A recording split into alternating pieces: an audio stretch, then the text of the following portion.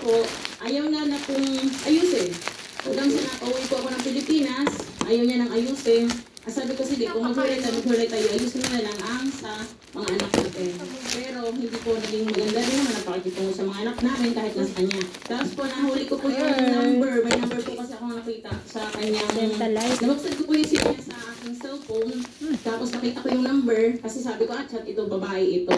Tiniray ko pong patawagan sa isa kong kaibigan na Santo Day, na kaibigan din niya. Tapos po, ang lumabas po, pangalan niya, Donna. Tapos, yun na nga po yung nakaratarohan na nga po. But then, hindi ko pa rin po pinahalata sa kanila. Ang sabi ko pa, kami kasi po, ang tuloy sa babae na yan ay kapatid na bunso halos kasi marami kami may tropa po kami, the hottest moms. Teka lang ha, yung babae po na sinasabi ninyong kasama ng inyong asawa ay malapit din po talaga sa inyo. Opo, dahil po ang kanya pong living partner ay pinsang buo ko. Para kay Pampan. Gusto mo ba, Pampan? Gulat po sila. Ha? Kasi, gusto ba ni Pachi? Tati! Tati, Tati!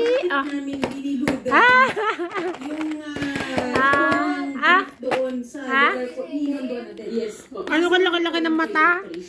Nag-iigi po siya ng mga TV, ref, or electric fan, yung mga ganan.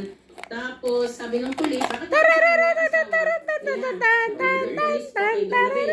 Uy, ayun sa ilalim. Pag po may magpapagawa, daw po. Yun daw yung rason, ba't siya nandun? Yes, tapos po sabi nila, si Pampan, si Pampan.